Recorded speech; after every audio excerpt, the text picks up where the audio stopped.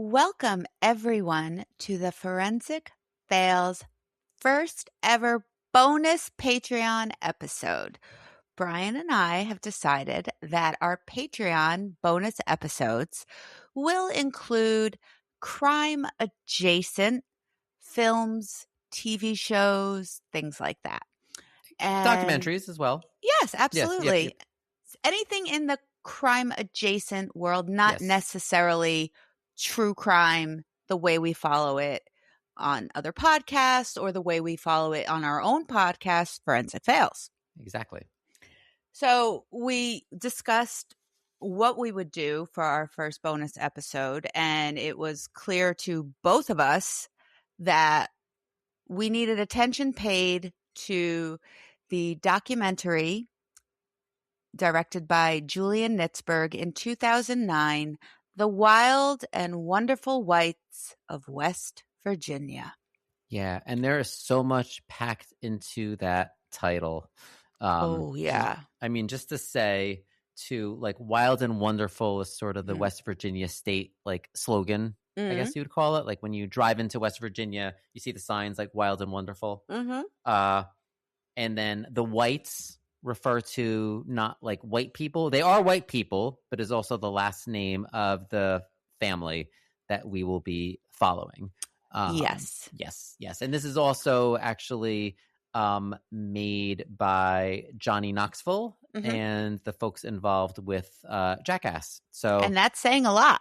That is saying something. We don't hear or see Johnny, but right. You can definitely sort of feel their presence. Yeah. So, are you ready, Brian? This honestly, like, this is the one documentary that I tell everyone about, and I always try to get people to watch it, and I try to explain it, and I do a really poor job of explaining it. But if you haven't seen it, if you've seen it, hopefully you'll enjoy our recap and commentary. If you haven't seen it, hopefully this will encourage you to go and see it. Yes. So I discovered this documentary during COVID. Okay. At the beginning of COVID, after watching Tiger King. Okay. Yes. My husband and I watched Tiger King at the very beginning of the lockdown in 2020. And this actually came up because originally it was on Netflix, I believe, as something you may enjoy.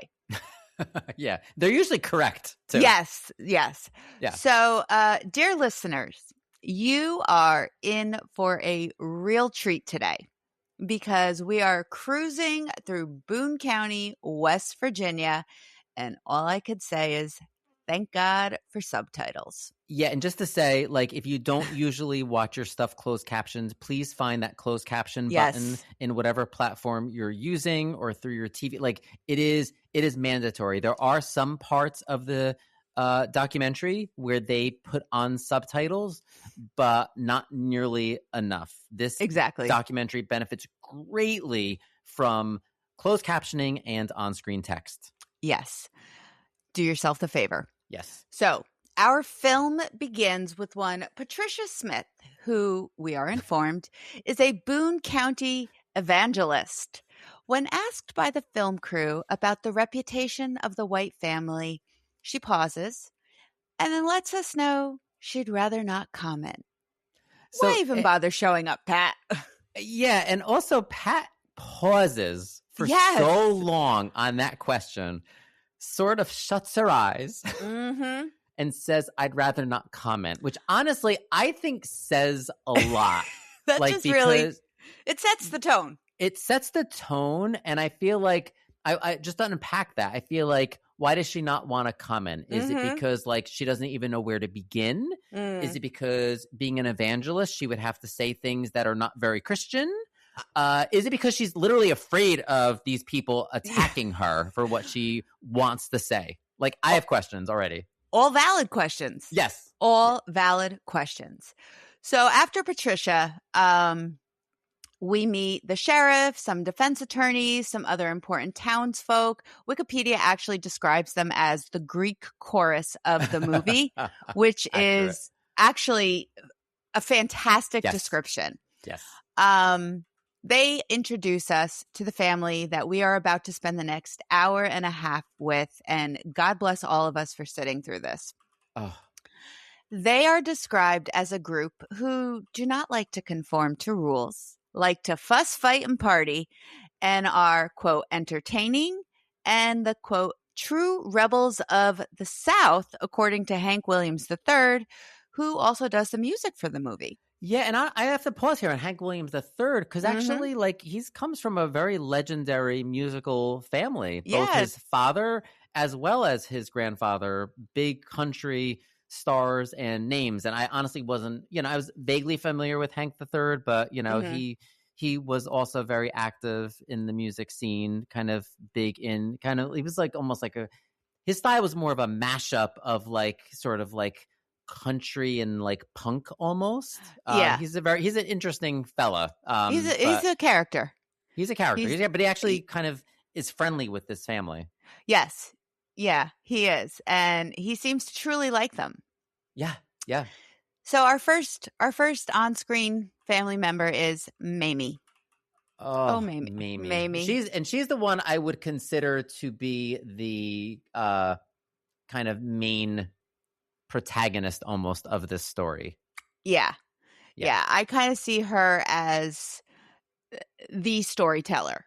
She is the storyteller, yeah. So we meet Mamie. Her hair is in a ponytail, which is then split into a bunch of skinny braids. It's a look, but she's wearing a scrunchie, so I'm going to give her that. Mamie is the oldest daughter of D. Ray White, who was a mountain tap dancer who became famous for his dancing, and we do get footage of him dancing barefoot on a piece of plywood. Which looks painful to me. It does. I'm wondering what the bottom of his feet must have been like. They must have been like horse hooves. It wasn't even a straight piece of plywood. No. It was like they probably kept it like standing vertical and it sort of like bent over time. Warped by the rain. Yeah. Splinters galore. Yeah, and then I didn't know mountain tap dancing was a thing. No. But I did some Googling. Apparently it is kind of a thing. It was a big Appalachia sort of thing and took its drew from like tap dancing culture and from like Native American dancing and all sorts of stuff. Yeah, there was a lot going on. It's very intricate too. It's a thing. Yeah. He did 52 steps that no one else knew. He made up of his own heart and mind. Of his own heart and mind. That's right. Mamie also lets us know she's the biggest, the meanest, and the baddest of all the whites. She is proud of it. She is. I didn't know I needed to know all that information about her. But now that I do, I feel much better. Mamie's thumb is also bandaged up throughout the course of the movie. I never noticed the thumb. Yeah. No information as to why. It could be because she's the biggest and the meanest and the baddest. However, something tells me it probably involves a broken bottle of Jack Daniels. Yes. And I just have to say, so Mamie is the first woman that we meet on the show. All of the women have the same voice. Yes. Okay. All right. So it is the sound of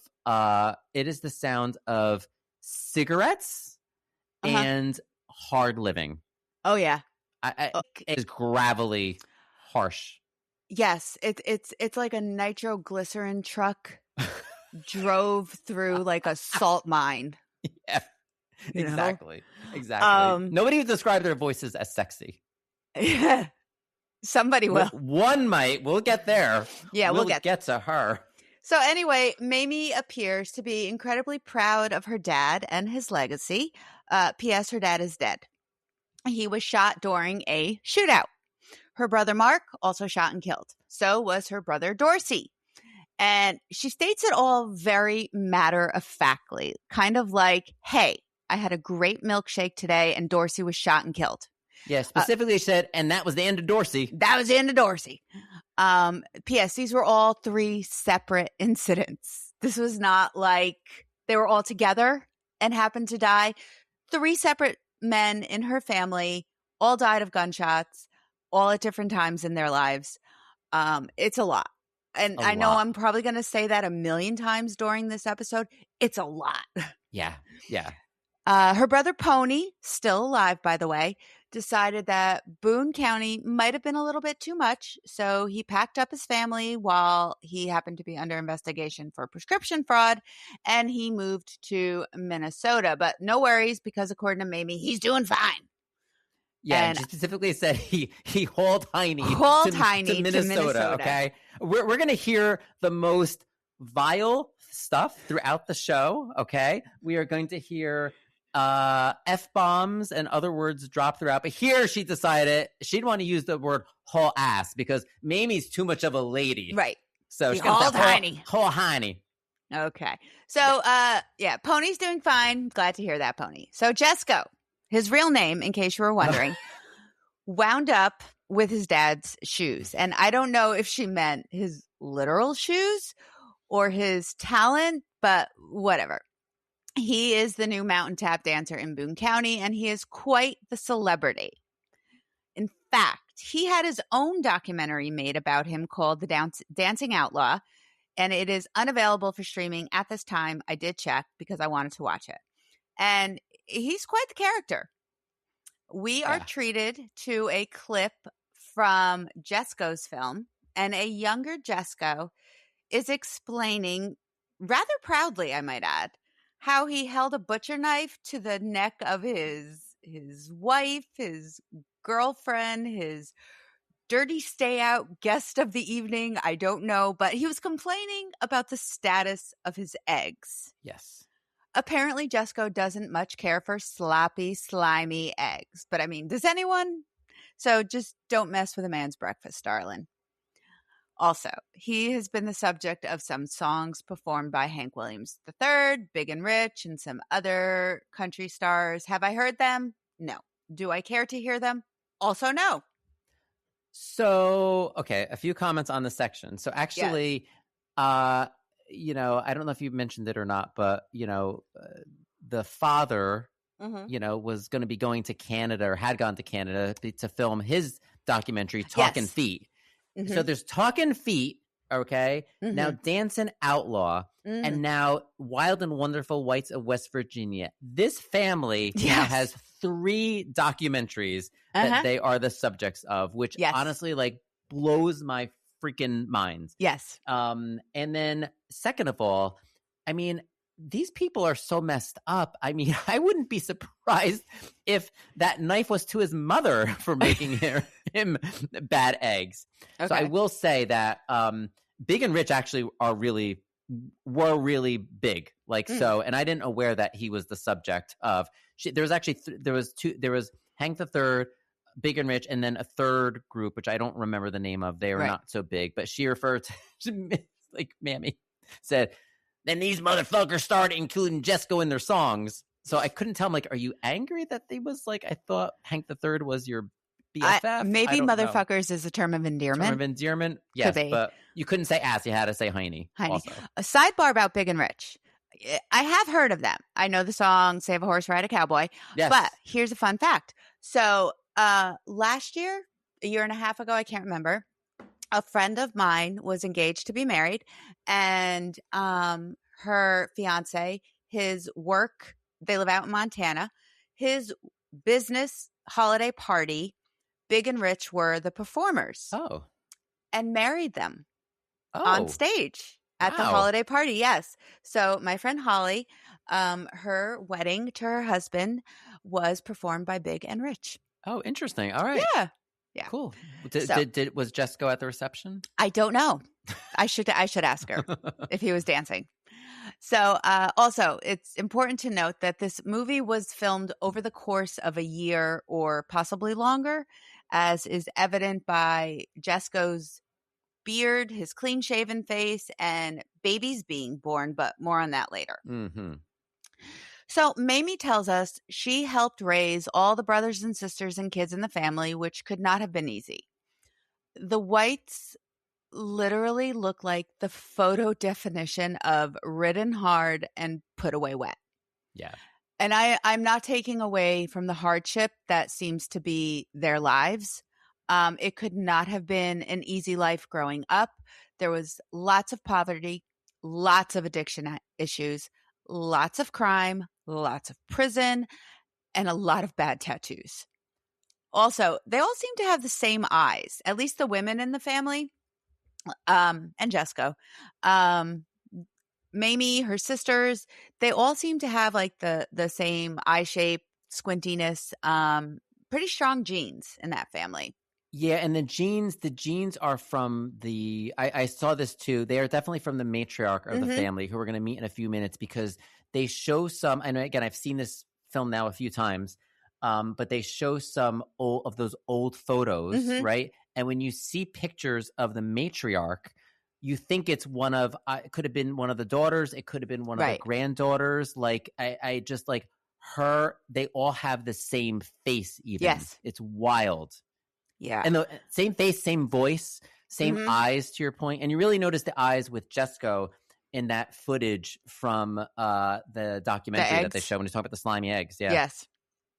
And so the filmmakers were kind enough to give us a family tree of the White family. It is not easy to read, but they do kind of zoom in on each picture on the family tree as we meet the characters. So it's a little effective. Everybody has a different nickname that has nothing to do with their real name. And I feel like the meme of Charlie from It's Always Sunny in Philadelphia, where he has that whiteboard and is seemingly losing his mind trying to keep track of things. That's how I feel with that. Yeah, and they bounce around a lot. And again, to your point about nicknames, everyone has a nickname. And again, you know what? You don't have to subscribe to historical gender norms, but it's very interesting that almost all of the women have basically male names as their nicknames, and nobody finds it funny or ironic or anything like that. Especially coming from a family that I imagine if anyone else had names that were not gender normative, they would have a problem with it and make fun of it. Oh yeah. They'd probably make fun of people tap dancing too. Exactly. But like their family, it's cool. It's fine. It's cool. So, Mamie, Jesco, now we meet Birdie Mae. Birdie Mae is the aforementioned matriarch of the White family. We meet her in her apartment. There is a lot of dogs and dolls and clutter. I would go insane living there. But it is clear that her family adores her. Yes. She is nicknamed the Miracle Woman due to her big heart with fostering children in the area. Mamie claims that over the years, Birdie Mae took in over 30 children. And I say this with zero snark, but that is an incredibly generous thing to do. Because this is a family that has seemingly very little in terms of wealth. And to do that in spite of their financial situation, I find incredible. So big kudos to the Miracle Woman.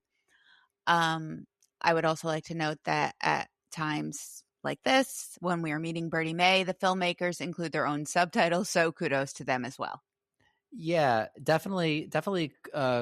Kudos on her taking in all of those kids. I mean, I was kind of curious because I wasn't sure. Like, all right, did you like legally foster these kids? I mean, it just seemed like people just didn't want to care for their kids anymore and just drop them off to Birdie Mae's house. Yeah, like she looked out the window. There's like 4 more kids in the yard. It's like, oh, all right, here we go. Yep. Yeah, I will say that I really am curious, like where things, and it was as after seeing Birdie Mae that I really was wondering, like where things went wrong in this family. Because Birdie Mae doesn't, in general, we're going to learn one thing about her that raised some questions, but in general, it doesn't seem to be like a lot of her family. So I don't know if it was the loss of the father where things started falling apart or all of the trauma that people started relying upon drugs. But I was really curious of kind of how the family went so wayward. And they all went wayward. They did. Except Pony. He's doing fine. He's doing fine. He's doing fine. Hauled ass to Minnesota. So next up is Susan Ray White, also known as Kirk, because why not? Why not? I also find it funny that when they introduce themselves, one of the first things they say is their relationship to Jesco. Over and over again. Like, yes. that's the first connection they make. Not who your mother or your father is. I'm Jesco's niece. I'm Jesco's sister. Yeah. Okay. You're more than that, but okay. Yeah. Yeah. I was almost wondering whether I noticed that too. And part of me was wondering whether when the filmmakers originally were putting this together, if they were actually expecting Jesco to be a stronger kind of protagonist and narrator and kind of driving force in this film than actually was. I mean, Jesco gets a fair amount of mention, but I almost feel like Mamie is the bigger character here. She's like the breakout star, but she's also the biggest, the baddest, and the meanest. Right, but she kind of drives the plot forward more. So I almost feel like she's the connective thread. So I almost feel like saying your connection to Mamie almost makes a little bit more sense. But maybe it's because Jesco is the celebrity of the family. I'm wondering if that's it. Like, Jesco at that point was the celebrity.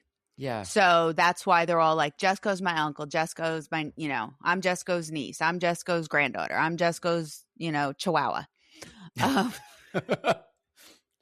So Kirk. Okay. So I follow Kirk on Facebook, and currently I'm not sure if she is in jail or rehab, but she's pretty active on the socials, and she's willing to give shout outs, and she lets you know her Cash App name. When we meet her, though, she is a little slurry with her speech, which, considering her life, checks out. Her son Tyler, who I also follow on socials. Oh, I haven't found Tyler. Oh. On Facebook or Instagram? He's on Facebook. Okay. But he's not active at the moment. He's in another place. Oh. So Tyler is also with her. At this point, Tyler's probably 5 or 6 years old, I would say. Maybe a little older, but in that range. He's still in primary school if he goes. And this kid, I swear to God, he must be mainlining sugar 3 meals a day. Yeah. He is more active than all of my students combined on the last day of school. And she tells us her mom is Jesco's sister, Bo, not her real name. And her dad is Terry. And the reason he's in jail is for double murder. And now, I love getting to know my characters. This seems like maybe a 3rd or 4th date kind of conversation. But we also get pictures of Terry's handiwork. And in case you were wondering, Brian, Kirk, she's not a snitch. No. They tried to charge her with accessory, but she told them just throw her ass in jail. Well, no. Excuse you. They tried to charge her with accessory. Yes. But she's not a snitch. So you got to love family bonds like that. Also, Kirk loves to fight. Loves it. Just so you know. And Tyler is a little bent out of shape that she never wants to fight him. This kid must be a friggin' dream in school. Oh, absolutely. Yeah. And Tyler spelled Tylor. Tylor, like yes. None of the names are normal in this episode. No. So our next family member comes to us via trampoline. And I feel like there aren't enough trampolines in documentaries. This is true. But yeah, she makes her introduction on a trampoline. Yes. Sue Bob, also not her real name. It's Sue Ann. And she's the youngest of the white children, or the baby girl, as she tells us. And she lets us know she's always been the sexiest one in the family. And look, that's not her opinion. Thousands of people have told her that. And she worked as thousands. She's worked as a stripper, no judgment, and brought home buku dollars in her boot, sometimes up to $2,000 a night. Yes. And starting at age 17. Yes. Starting at age 17. 17. Where you should be in high school. Minor. She's stripping. Yes. Thousands of people. Like, how does that conversation happen? Like, Bob. Is she like walking through Disney Suba. World and people are coming up to her going, "Oh my God, you're so sexy"? No, but like, and you are so much sexier than everybody else. That bunch of animals around you. Yes. You know, you are the sexiest one in her family. Meanwhile, God forgive me, but like, okay, this is terrible. She's got Shrek ears.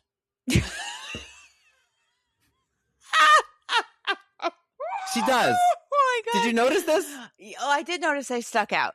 Okay. Very much. Okay. I was going to say Spock, but yes. Okay. Like, yeah, I'm just going to say that. Like, cause you made a point of telling us how sexy you are. I personally, I don't find any person in this documentary sexy. No. In the least. I feel like Kirk has the most potential of being attractive. Mm-hmm.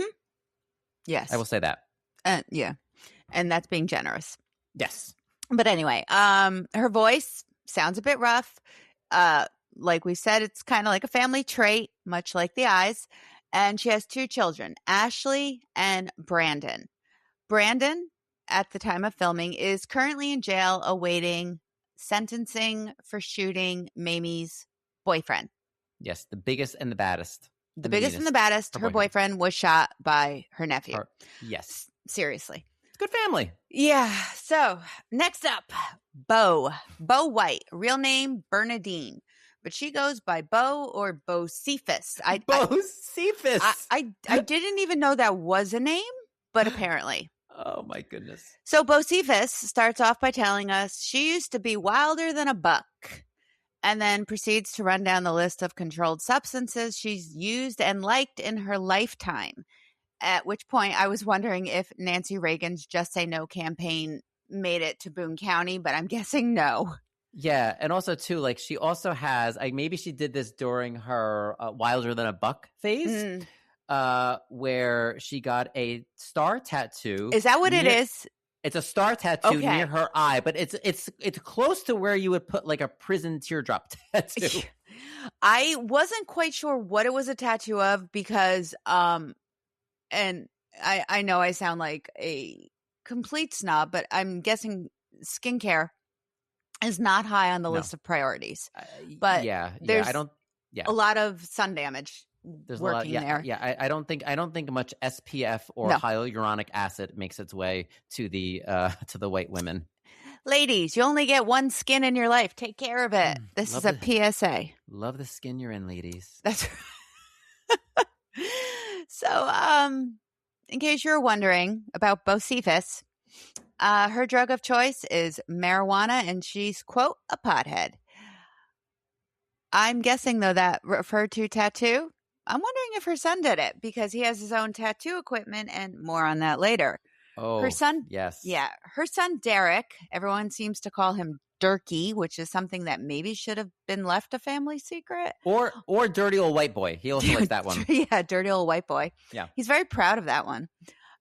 He also seems to enjoy himself some weed, but he favors, quote, Roxy, Lorcets, Norcos, Percocets, Vicodins, Xanax. He loves the Xanny bar. Oh. Yeah. Also, did you know that the Boone County mating call is the shaking of pills in a bottle? Yeah. I didn't know that either. Live and learn, as I like to say. But Bo Cephas, tells us that deep down, they're just all good old people.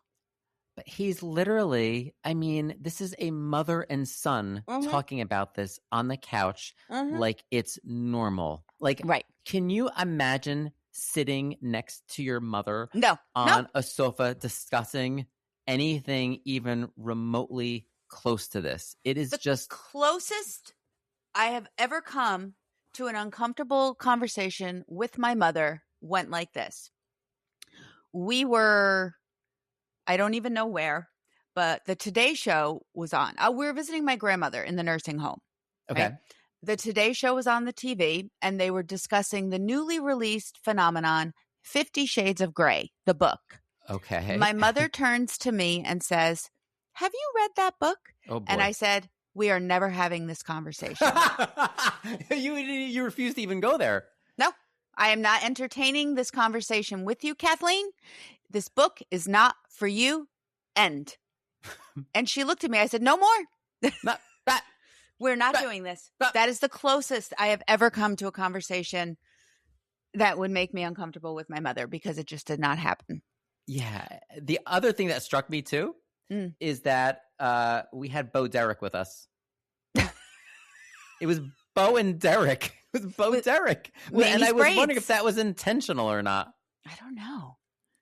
Yeah. But with Mamie's braids, it makes sense. I mean, they're all 10s, so it makes sense, Except for Sue Bob. She's like a 20. So, by the way, we're only 10 minutes in to the movie at this point. This is good. This might be a 3-hour episode. So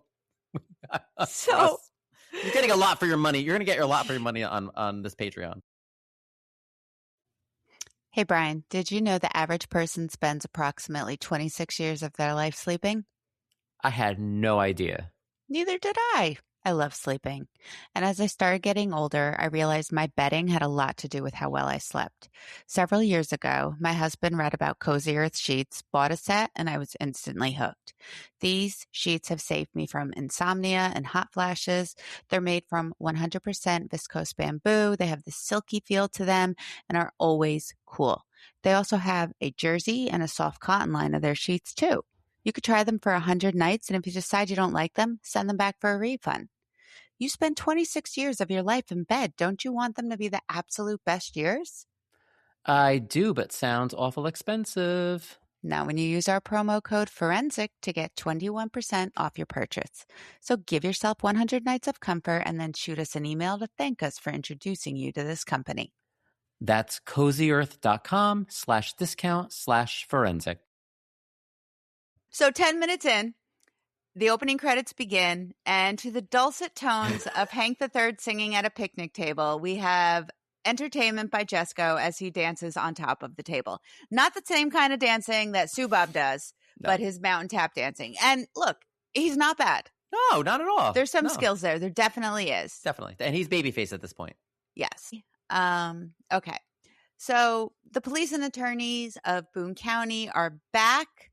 They are explaining how with the whites, you never know what's going to happen. It could be robbery, it could be larceny, could be prescription fraud, embezzlement, forgery, drug cases, fights, custody, shooting, and obviously a murder or two.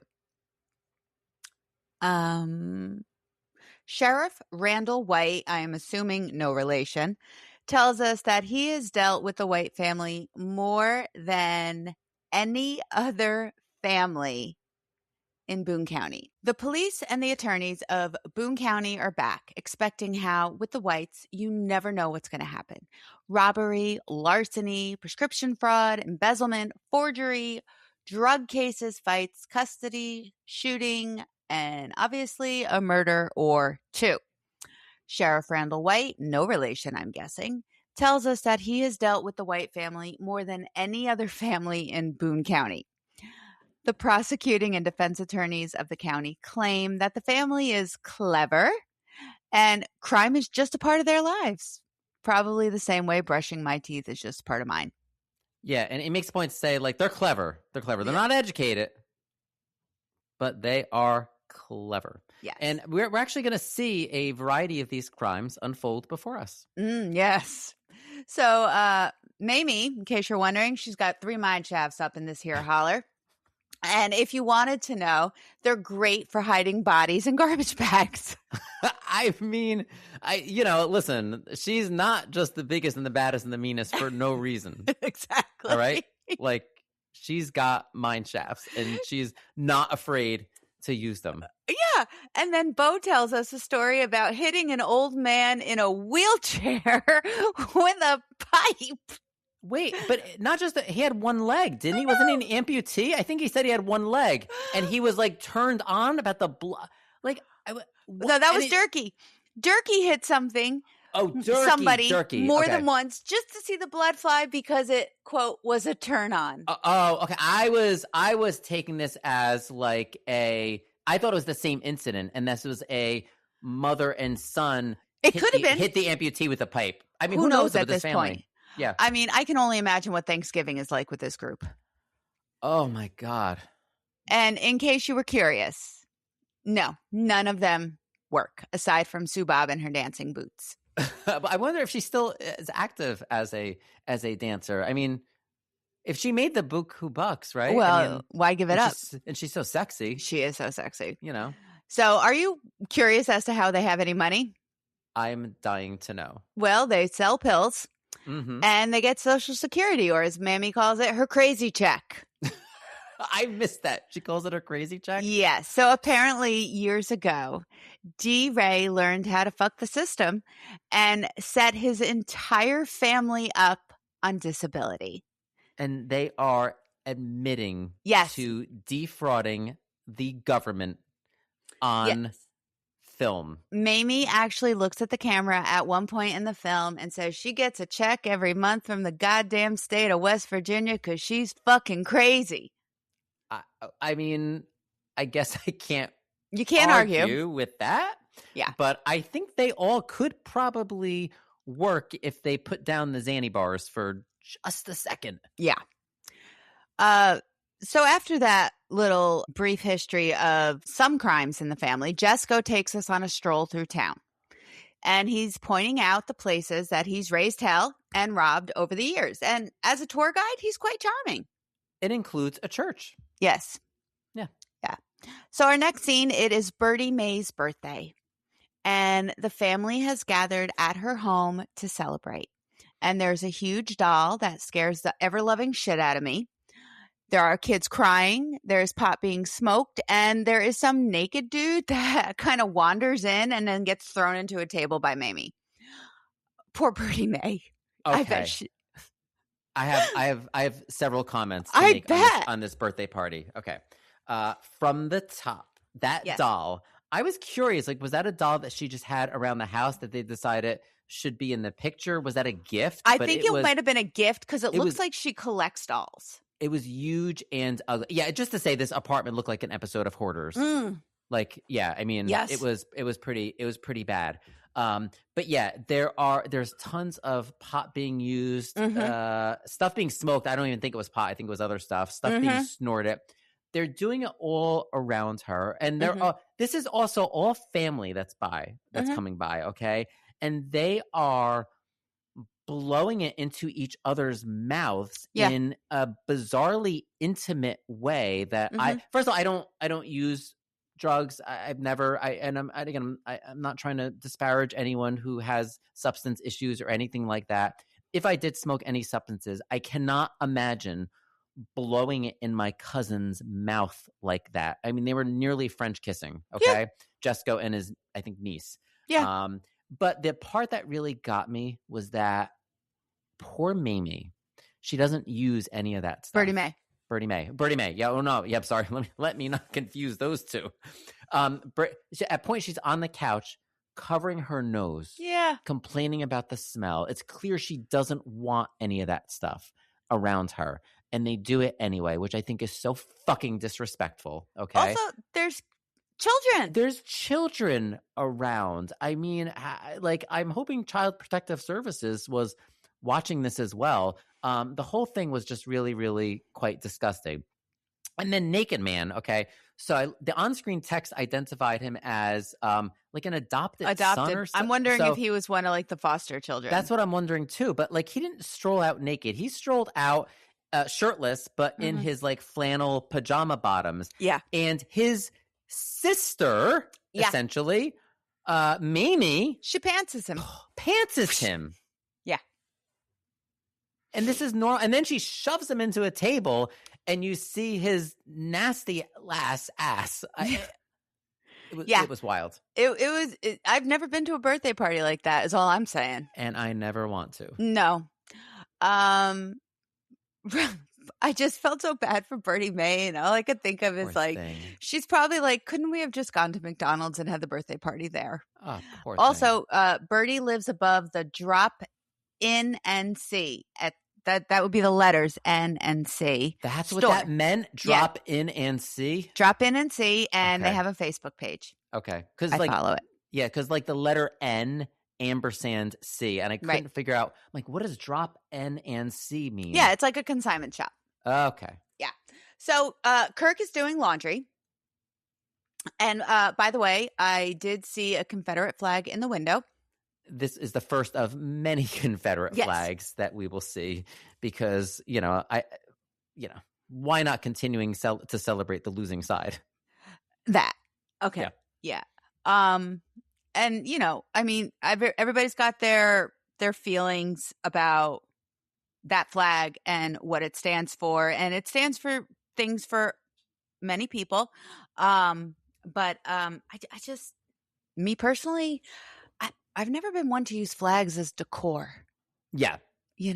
Like that's just not my thing. Yeah. Especially that one. Anyway, Kirk's doing laundry and she lets Tyler know 6 cans of soda, but she calls it pop, is too much. I don't think I drink 6 cans of soda in a month, possibly even a year, but that's probably because I just stopped making tab. Also, when Tyler goes to open his soda, he cracks it open with his teeth and he is bouncing around the house like a force of nature. I don't know if he actually sleeps at night or if he just literally crashes. Yeah.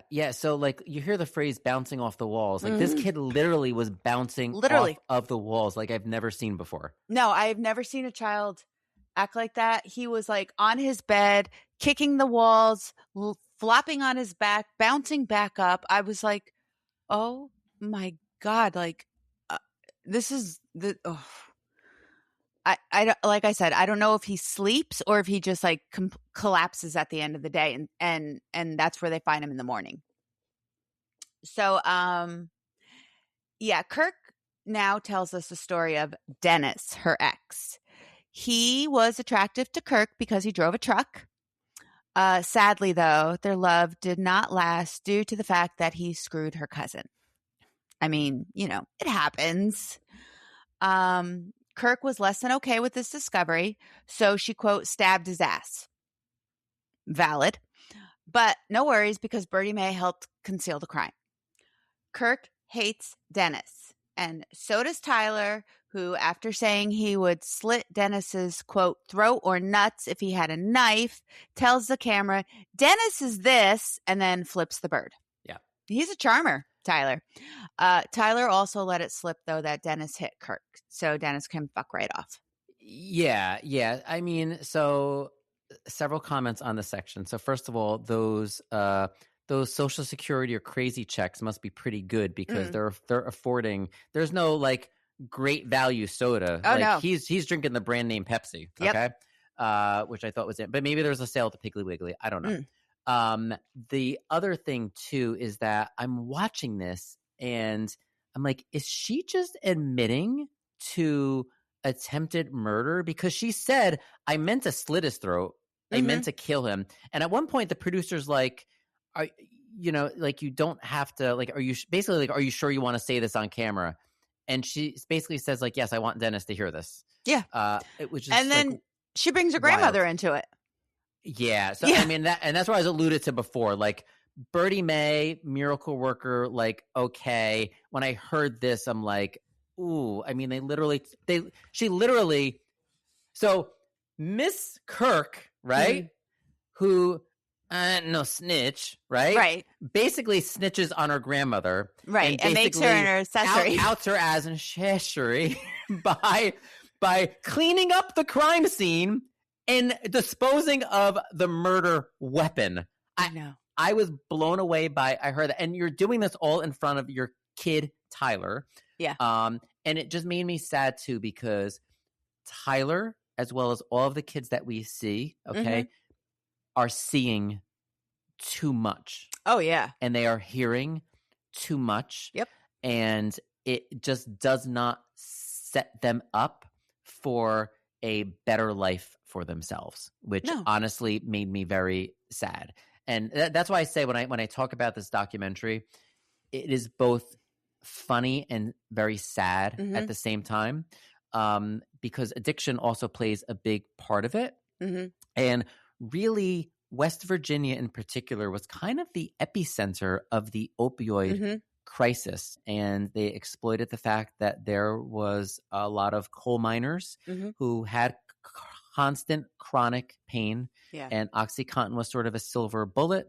And then you combine that with the fact that the coal industry not doing well, mines closing down, it being a pretty depressed area with high rates of unemployment, and it was just a breeding ground for abuse. So they really also essentially made a documentary about the opioid crisis. Right. In fact, I think a whole season of Intervention takes place in West Virginia, all about the opioid issue.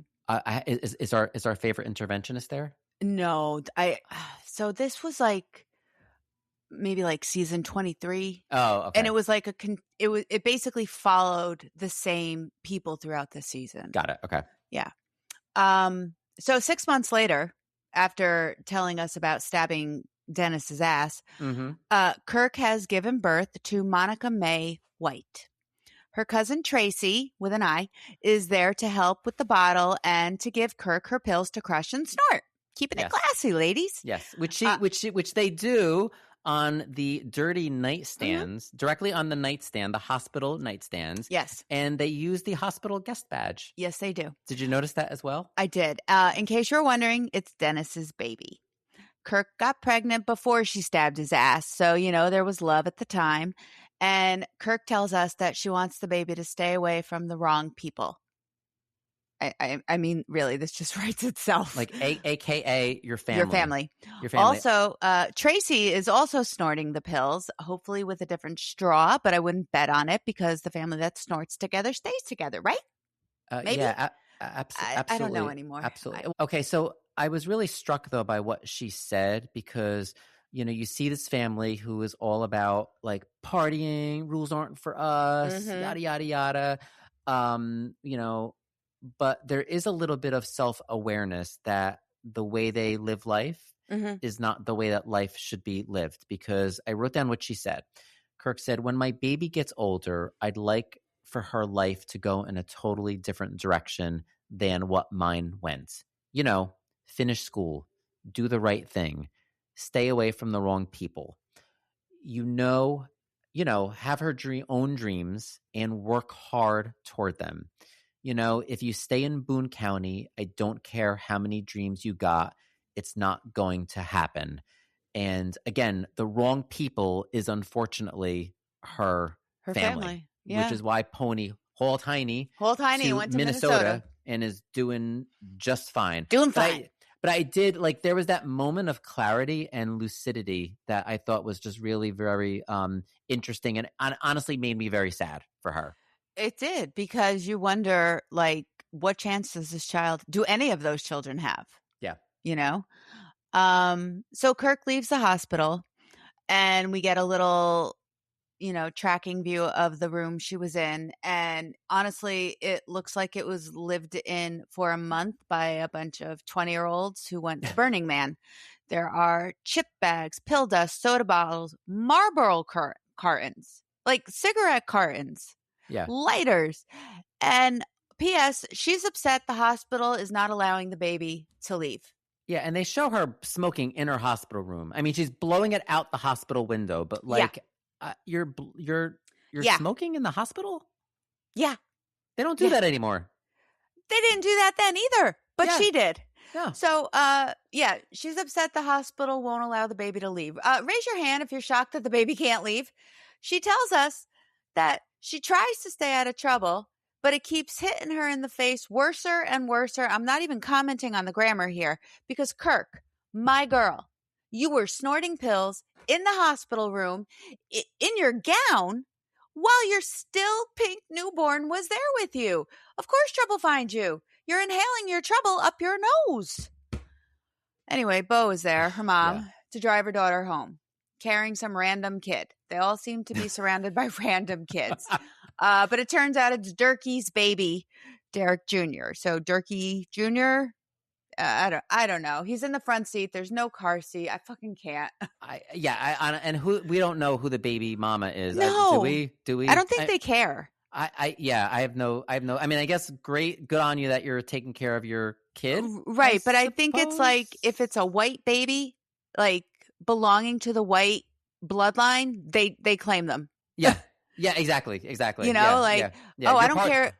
Yeah. I don't care who your partner is. It's our baby now. Yeah, you're in the White Dynasty. Yes. So we're not letting you go.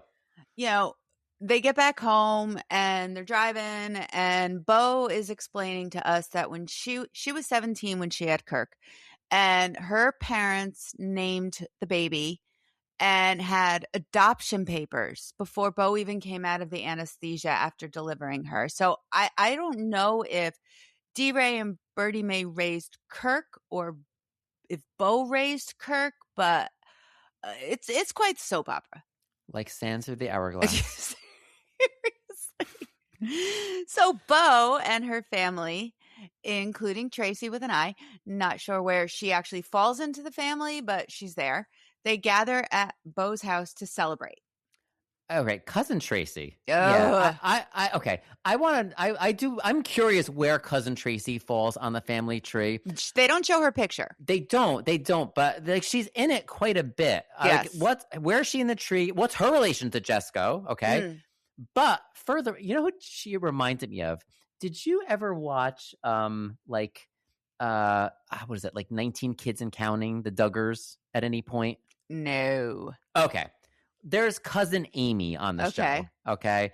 Now, cousin Amy is, I think, on the father's side of the family, but in a way, she's sort of like, she's not fundy like the rest of them, but she's this cousin who just like shows up from like time to time. And it's almost like, why the hell are you here, Amy? This is like Tracy. I'm like, Tracy, why are you here? Like, I feel like she's just a random cousin who just wanted to sort of like be in on the action, but she really just adds no value. Like, whatsoever. She likes to deliver bad news, as we'll find out. Yeah, she's like the town crier. Yes.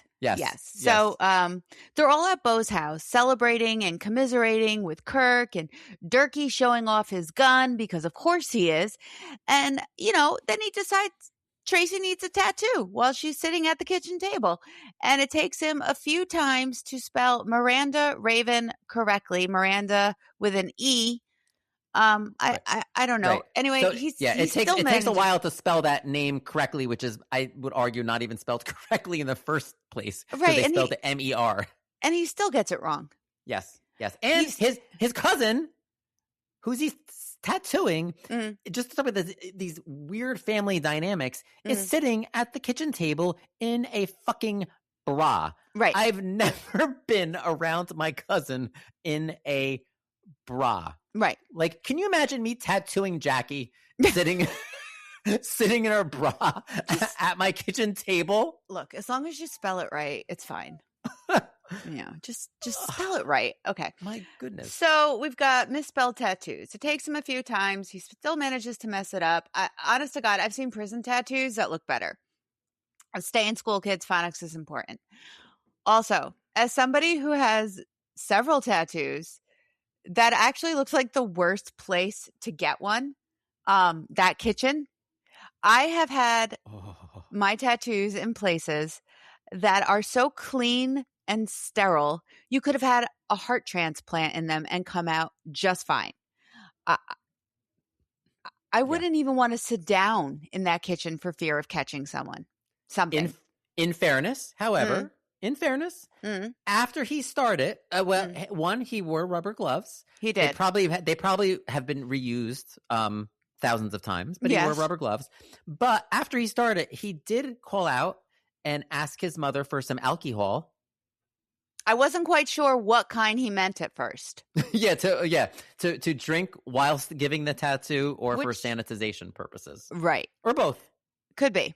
Yeah, I don't know. I just this was not the first time I've seen this movie. The first time I saw the movie, I just kept pausing it and saying, "What the fuck am I watching?" Because it's that unbelievable. It's that, for real. All right, so. The next day, Mamie wakes up her granddaughter Cheyenne for a road trip with Sue Bob. Where are they going? Well, they're going to pick up Mamie's daughter Mousie, her real name, Tanya Faye White, from prison. Don't fuck with Mousie. She's been in the joint for 4 years. I would argue she's not Mousie if she's been in the joint for 4 years.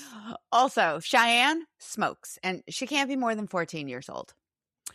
Mousie, upon leaving jail, immediately whips out a photo album and shares with us a picture of her, quote, no good husband, Charles. His on-screen text describes him as a bastard and a cheater, which means we'll probably get to meet him soon enough. Yeah.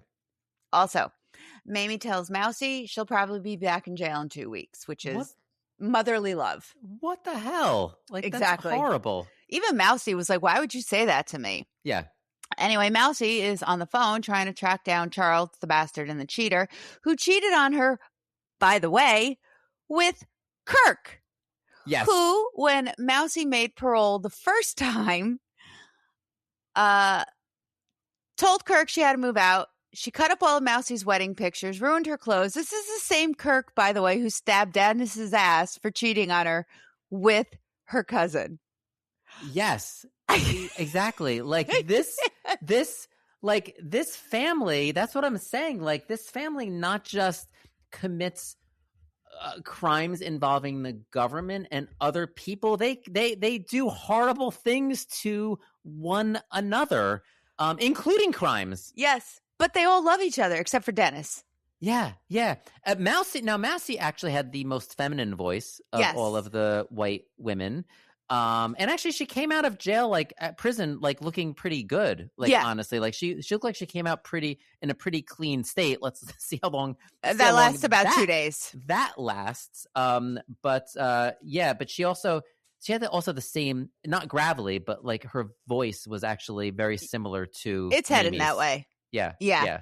Actually, all of this whole scene with the photo album, the phone calls, you're going back to jail. This is all taking place in the parking lot of a Bennigan's. I miss Bennigan's. Me too. I was so excited to see Bennigan's. Yes, too. And I was just thinking, where do we even have a Bennigan's open by us? No, which They're is all sad closed, right? because Bennigan's, when you're hungry for fun.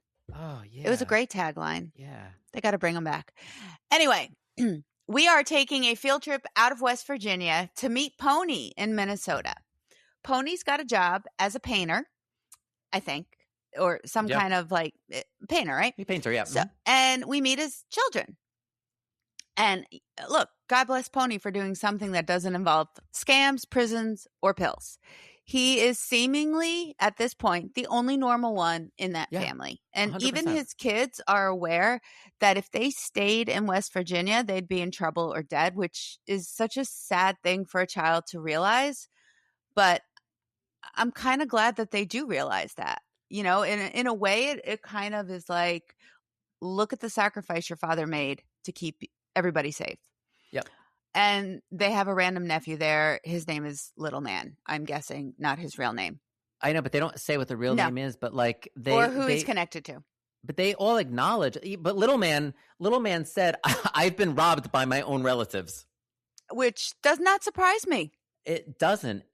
But like, really, like, thank God that Pony got out of there and really like saved his children. Yeah. One of them is in school to be a nurse.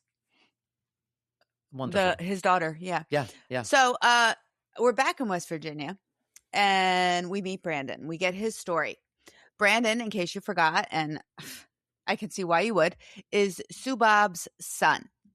So apparently the sexy one. Yeah. Yes. So apparently, one day he was buying drugs and guns, and Mamie's boyfriend somehow got involved. I'm not 100% sure how. And there was a standoff, and Brandon shot the boyfriend, Billy, I believe his name is, in the chin, neck, shoulder, and eye. He stole Mamie's car, set it on fire, and then had a standoff with the police. By the way, Subab said he's a great kid. What the fuck? Salt of the earth. Yes. Salt of the earth. Brandon is of the mindset that since his judge likes him and they have a good relationship, he'll probably just be on house arrest or probation. That's not how this works. No. Also, friends. We're only 40 minutes into the movie. 40 minutes into the movie. Actually, 36. Okay, to be because I had to check. Yeah, but it is interesting. I don't know the order in which they're showing us all this stuff, but I was struck by the gap of fast forwarding so much to the birth of the baby. So so that's one thing. Nothing happen in that time. So one thing I noticed was this is completely out of context. I think so. It's definitely not chronologically shown. No. It was obviously chronologically filmed because it takes place over the course of a year and several months. But when they edited it, I don't know if the whites themselves edited it and just decided, let's put this here, let's put this here. But it's constantly bouncing around. So it is one of those movies where you do have to watch it more than once to kind of really understand what the fuck is happening. Yeah. And you're still left with questions. Yes. Clever way to get those downloads. Yeah. Johnny Knoxville. So Jesco, he's dancing for us with a long neck bud in his hand, as you do. And also he's got brain damage from sniffing gas and lighter fluid. Yes, and you would only know this if you turned on your subtitles, because what Mamie says is completely unintelligible. Yeah, there's no way you're going to understand it without the subtitles. There's no way. I dare you to actually find that spot in the movie, play it for someone without subtitles, and ask them to say what she said. Yeah, and even the attorney makes a joke about it. He says something to the effect of Jesco sniffed so much gasoline in his life that he would be able to tell if it was regular or high test just by the smell. A veritable connoisseur of petrol. So Jesco and his brain damage, he's going to get a tattoo. And he decides, as you do, on Elvis and Charles Manson, like a little mural. His justification, Elvis is his good mood, and Manson is his bad mood. Also, now we're in a bar, and Mamie is walking around barefoot. And look, Jesco kind of goes into this like conversation about the tattoos and his moods, and in a way, I actually kind of feel bad for him because they all do, but his issues are massive, but deep down, he just seems like a very, very sad person, which when we get closer to the end of the movie, you can almost understand why. Yeah. You know, like when he's giving us that quote family reunion tour at the end, you can kind of understand why this man would be the way he is. You could kind of almost understand why they all the way they are. And I'm not forgiving the behavior at all. Right. Yes. Nor am I not going to make fun of it because what the fuck. But yeah, that kind of like hit me. And it took a couple of viewings for me to actually like see it that way. Yes. You know, like the first couple times I'm like, who the fuck in their right mind being the words here, gets a tattoo of Charles Manson on their back? And then this last time watching it and listening to what he said, I was like, what a sad man. Yeah. Okay, we're back to Birdie Mae. And Birdie Mae is in the hospital. And Mamie is with her. And honestly, this is the softest that we see Mamie in the entire movie. The way she is with her mother in this scene. Birdie Mae has had a stroke, and this hits the family incredibly hard. And there's one scene that really affected me. You know, Birdie Mae's laying in the hospital bed. Her eyes are open, and she seems to be kind of aware of what's going on. She has a feeding tube, though. She's on oxygen. And they focus on her hand, and you see her fingers trembling. And I had a stroke about 8 years ago, and my hand does that. Yeah, I was very young, and it came out of nowhere. My fingers tremble like that. Mm-hmm. And it's seemingly such a small thing, but it's not, because it's something you have absolutely zero control over. Yeah. And it's a frightening feeling. Yeah. So watching that scene, I just felt like I could almost imagine the fear that Birdie Mae was feeling, because I know that feeling, you know, something as simple as like your 3 fingers shaking could mean nothing. But when you know it's happening for a serious reason, it's scary. Yeah, absolutely. So, all right, we leave the hospital. We leave one hospital, and we're on our way to another, because it is time for Sue Bob and Kirk to pick up the baby. Or so we think. So we think. They park the car, and who comes barreling out of that hospital? Cousin Tracy with an I, and she cannot wait to tell them CPS has a baby, and she must say it like 6 times. CPS is the baby. They took a baby. Baby's in Boone County. Yeah. Kirk is upset, as one would be, and Sue Bob decides that the only thing that is going to make this situation any better is to make a run for the border and go to Taco Bell. All right, I give her a little bit of credit for that. I mean, Taco Bell never hits wrong.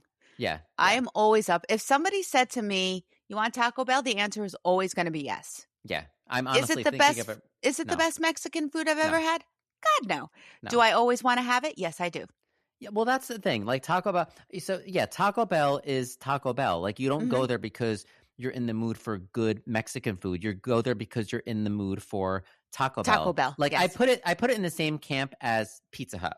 Okay? Like, sometimes I'm in the mood for Pizza Hut. Like, I'm Italian. Like, it is not great pizza, but it's Pizza Hut. Like, and sometimes it's just, and I never say like, oh, I'm really in the mood for pizza. Where should we go?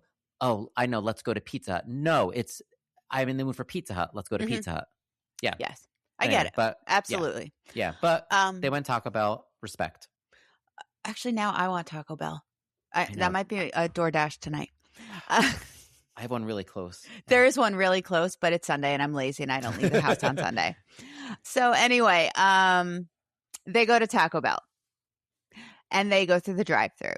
And while they're waiting, they see Sue Bob's friend Renee eating with her family, and Sue Bob starts yelling through the Taco Bell window that CPS took Kirk's baby.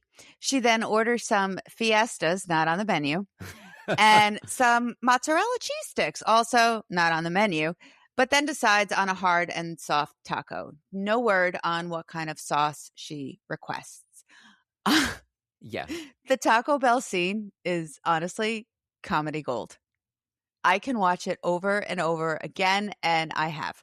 It is so funny between what she is ordering, calling it fiestas instead of fajitas. Yeah. Like, seriously asking, do you have mozzarella cheese sticks? Because, like, of course you'd have that at Taco Bell. Yes. And then her screaming at her friend. And I was curious about this because this friend and her family, I mean, just visually, they look like a normal family. Yes. And I'm dying to know how they are friends. What's the connection there? How they're friends with one another. But exactly. Like, she's screaming she had the baby, and this family's like kind of looking back like, great. Oh my God, that's fantastic. Like, there's no connection with what is actually happening. They're probably like, please drive on so I could eat my fajita. Yeah. Which is on the menu. But anyway, I also love when Sue Bob is waiting for the food. She actually says, "You're going to kill that cow to get the beef or what, buddy?" It's great. Yeah. Yeah. So after gorging on tacos, the white ladies doll themselves up for a night out on the town at Bob and B's bar, which I looked up. It's still there. Oh, Sue nice. Bob, who, according to the singer in the band on stage, has the prettiest titties he's ever seen. His words, not mine. And Sue Bob dances for the crowd while Mamie and Kirk snort some pills off the tank of a toilet.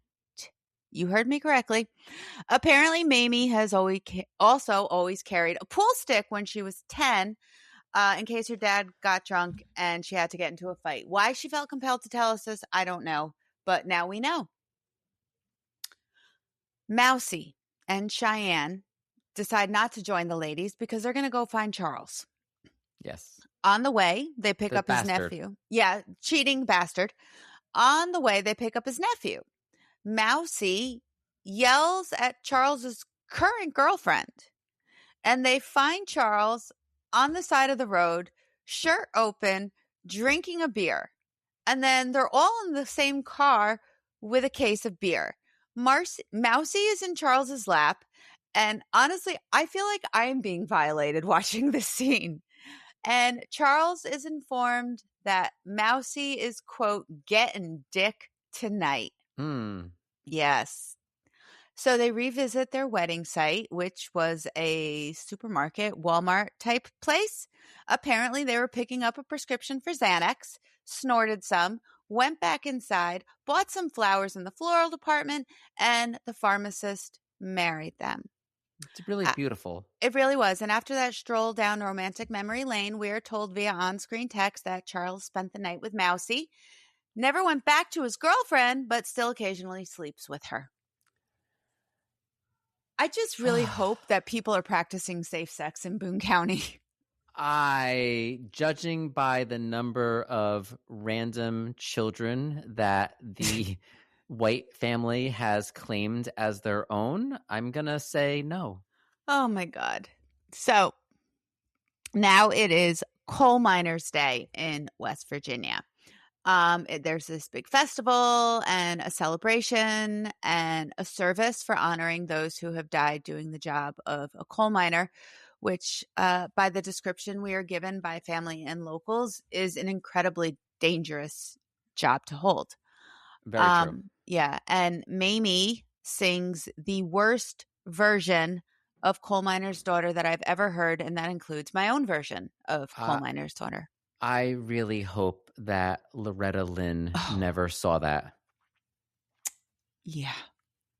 That could have been the reason. She might have, and that could have been the reason she's not with us any longer. It was horrible. It was awful. It was absolutely awful. But I'll give it to Mamie. She is putting everything into that performance. Yeah. She is like ready to audition for American Idol with that thing.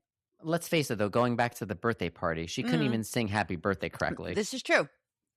This is true. So singing, not a White family talent. Dancing, yes. Singing, no. Yeah. Kirk and her mother arrive at the courthouse to see about the baby. And the court will not allow them to take custody. And Kirk has to get herself clean. So it's off to rehab for her. And here's where I give Kirk credit. Yep. She immediately gets on the phone and starts calling around, and she finds a place to go. And I feel like I've seen the green sweatpants that Kirk is wearing in this scene 1,000 times.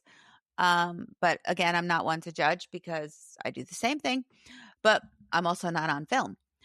Bo lets us know that because Kirk is going into rehab, we can expect a bender for the night. Yeah, which is completely normal and actually very often encouraged, just like do your final Get your yayas thing, out while you can. Yeah. I mean, we've seen it on Intervention. They have like that one last, drink or snort or injection or whatever it takes to get them on that plane. Exactly. So Kirk's big going out night. Mousy, Sue Bob, and Kirk head out for the night. There is a bottle of Crown Royale that Mousy has everybody sign as a memory of that evening. There's lots of smoking, bowling, boobs flashing, a fuck you, Dennis, Kirk peeing, and I gotta wonder, who is the poor son of a bitch that has to drive this family around all the time? Yeah, this was basically like an Appalachia version of a Girls Gone Wild video. It was essentially what this was. Yeah. And this was also pre-Uber. Mm-hmm. I'm not sure if any of them use Uber. I cannot imagine they have high ratings. Like 0 stars, do not recommend. I was gonna they must have a hard time finding the drivers willing to actually pick them up because they're like, oh shit, this person, not them again. Kirk White, 1.5 stars. They're gonna leave stains on my back seat. Yeah, no. Yeah. So the next morning, after their big la-ti-da, they are all hurting. They are sitting in that car looking like death on a stick. And they all load in the car to drive Kirk to rehab. Tyler's with them, shouting about what a gem Dennis is, while Kirk tries to explain to her son what exactly is happening. And it's sad. She's trying to explain where she's going, why she's going, and he's a child.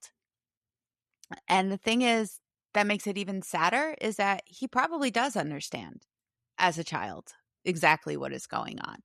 But they stop a few times along the way. First, they pick up one of Kirk's old boyfriends, who is also named Charlie, not to be confused with the Charlie she had an affair with, who was married to Mousy while Mousy was in jail. And then Sue Bob lets us know that Charlie is family. Also, they pick up Steve, Kirk's ex-husband, who's also going with them, also family. I think Steven is Tyler's dad, but I don't know anymore. But we get Kirk to rehab. She says goodbye to Tyler. She's crying as she walks in. Yeah, and I found the whole drive was actually so sad, and the conversation between Tyler and Kirk, and for all of our messing around, it is very, very sad, and I do have a soft spot for Kirk. Yeah. Like when she's in the hospital talking about the life that she wants for little Monica, when she's talking with Tyler, like I do see some there.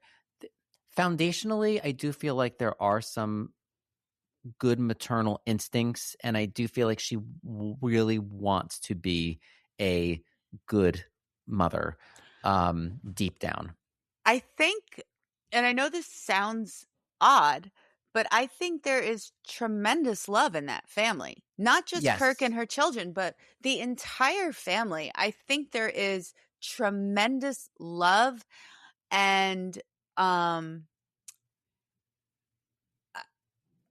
what's the word I'm looking for?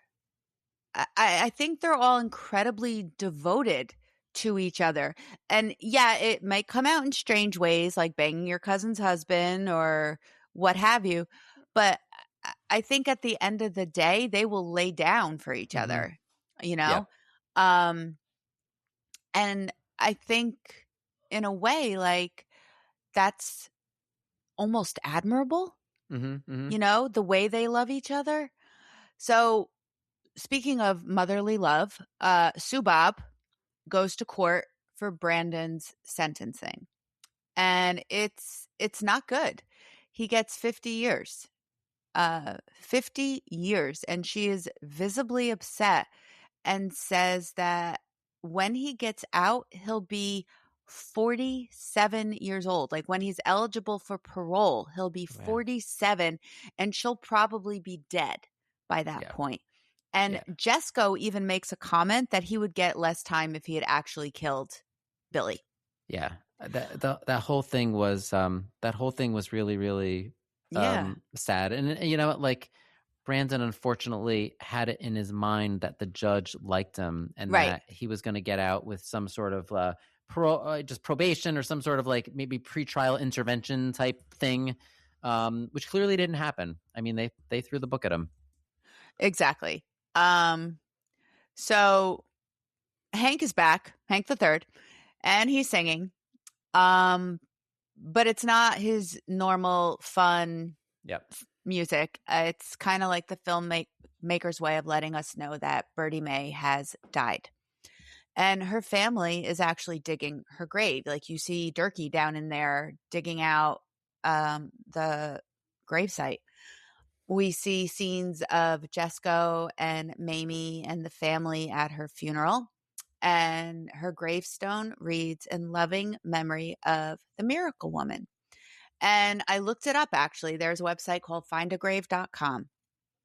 She outlived not only her husband, but 7 of her own children.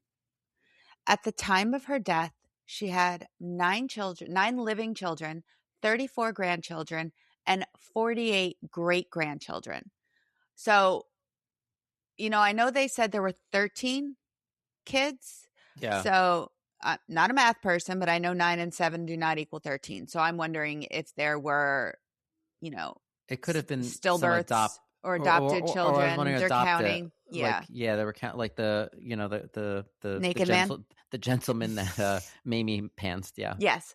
But anyway, Jesco takes us on a tour of what he calls his family cemetery.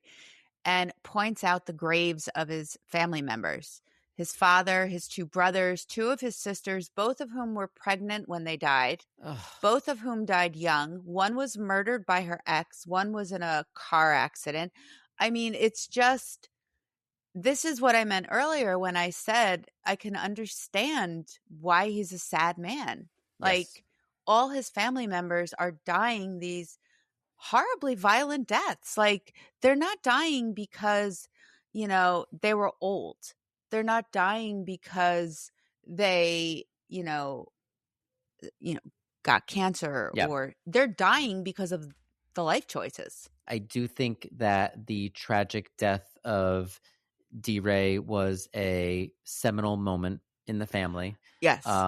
Decisions were made. I think my guess, honestly, I think Birdie may seem like a very sweet woman. I think she probably overextended herself. I don't know if maybe of the two, maybe he was a little bit more of the disciplinarian, the one that kind of held everyone together. And I think that unfortunately, choices were made. Bad things happened, and then as more bad things happened, people also started coping via substances, and it was just kind of this just spiral at that point. Well, one of the talking heads, one of the Greek chorus, actually did comment on the fact that when D. Ray died, Birdie Mae just couldn't control the kids. Yeah. Which makes sense. Because she was so busy controlling everybody else's kids. Yeah. You know what I mean? But so that scene was kind of hard to watch. And then we see Kirk. And Kirk is getting out of rehab after 3 months, and she looks good. Yeah, she does. She looks healthy, and she is so proud, and she's showing off her sobriety coins, and she's on her way to get Tyler, and they're going to go into like a mother-child sober living situation, which is great for the two of them because it's going to, give them their time together, but it's also going to get them out of their situation because, as we know from like intervention, you can't go back home again after. Yeah. Like, you have to basically start over. Yes. Tyler is convinced that Kirk is going to leave him again, and she apologizes and he forgives her. And for the first time, she just seems genuinely happy with her life. And the on-screen text lets us know that she can visit with her daughter on the weekends. And we are just about at the end, so why not end it on a high note with a party?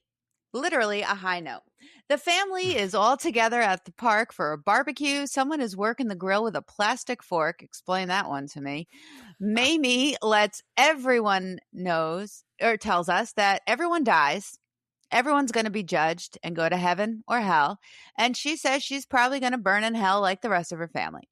And when asked by the film crew what she wants people to do at her funeral, she says, and I quote, "Party their balls off, fucking rock and roll, baby," as she sits there smoking a joint.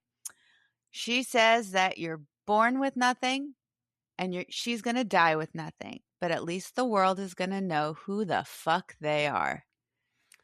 Yeah. And that's all from the Whites. Truer words. I listen, I admire actually the idea of I don't admire living your life in a way assuming that you're going to go to hell, and so like who cares, right? But that being said, I do admire the thought of people kind of fucking rock and roll at your funeral if that's what you want.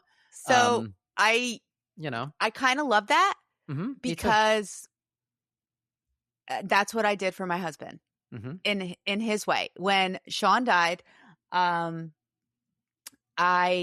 did not want a traditional funeral for him because I knew he would not want one.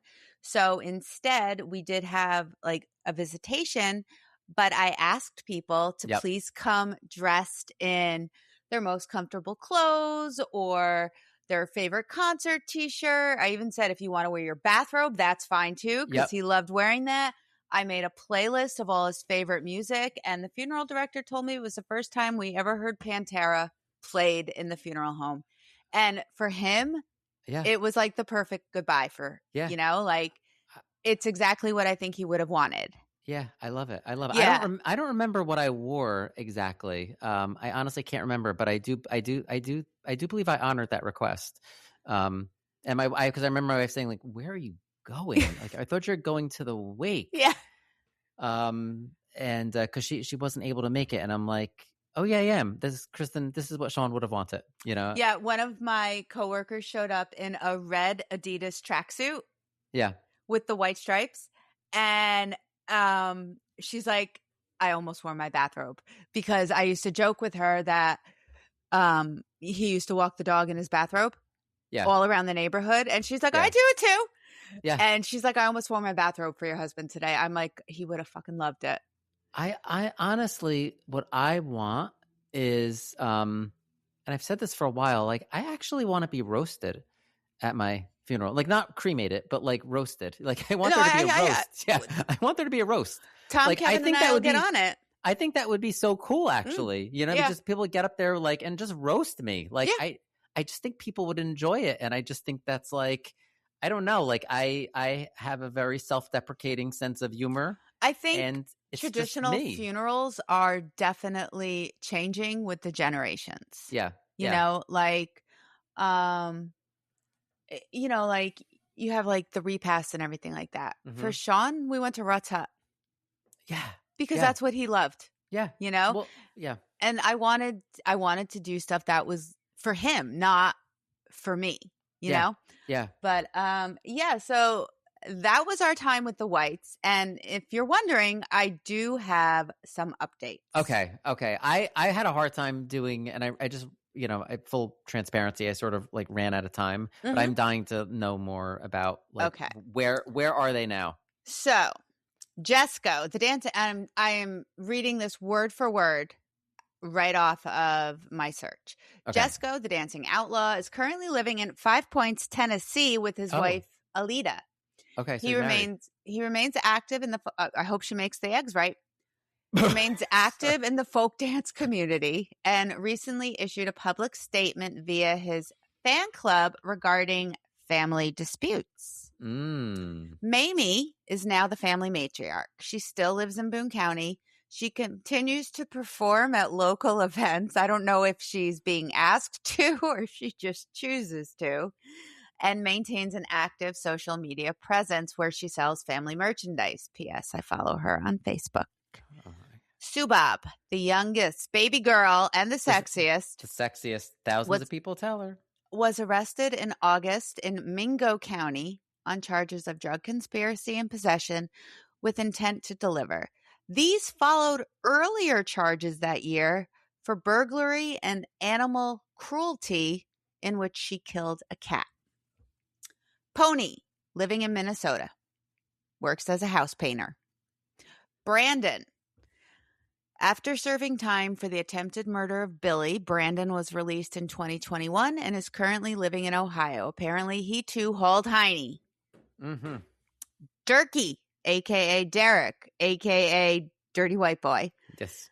As of late 2024, Derek was in police custody following an arrest for strangulation and kidnapping. Kirk continues to live in West Virginia. Eventually, she relinquished her parental rights for her daughter, Monica.